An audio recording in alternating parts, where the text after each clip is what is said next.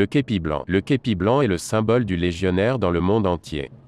À l'origine, il s'agissait d'un couvre-képi de couleur kaki comme en portaient toutes les unités qui participaient à la pacification du Maroc. À la Légion, sous la double action du soleil et des lavages répétés, il prit vite un aspect immaculé et devint l'objet de fierté des anciens.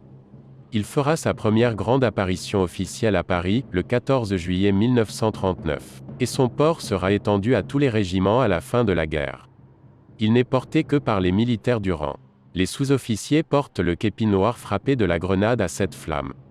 Les épaulettes de tradition. Les épaulettes portées sur la tenue de parade ont pris leur allure définitive, à corps vert et tournante rouge, dès 1868. Ces couleurs ont été héritées des Suisses de la 2e Légion de 1835. On retrouve ces mêmes couleurs sur les fanions des unités élémentaires.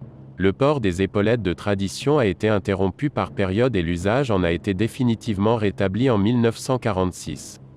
La ceinture bleue. À l'origine, c'était un accessoire destiné à protéger le personnel servant outre-mer des affections intestinales et elle se portait sous les vêtements. Peu à peu, elle fut portée sur la veste ou sur la capote. La couleur bleue fut retenue et devint le signe distinctif de la Légion.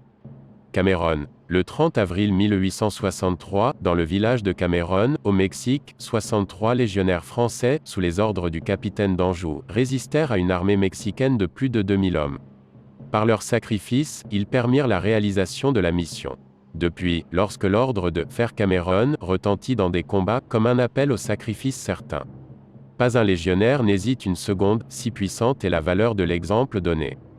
Chaque année, ce fait d'armes est célébré de manière solennelle, partout où se trouvent des légionnaires. Il incarne toutes les valeurs fédératrices de la Légion étrangère. Le caractère sacré de la mission, la fidélité à la parole donnée ainsi que la communauté de destin choisie et acceptée par les officiers, sous-officiers et légionnaires.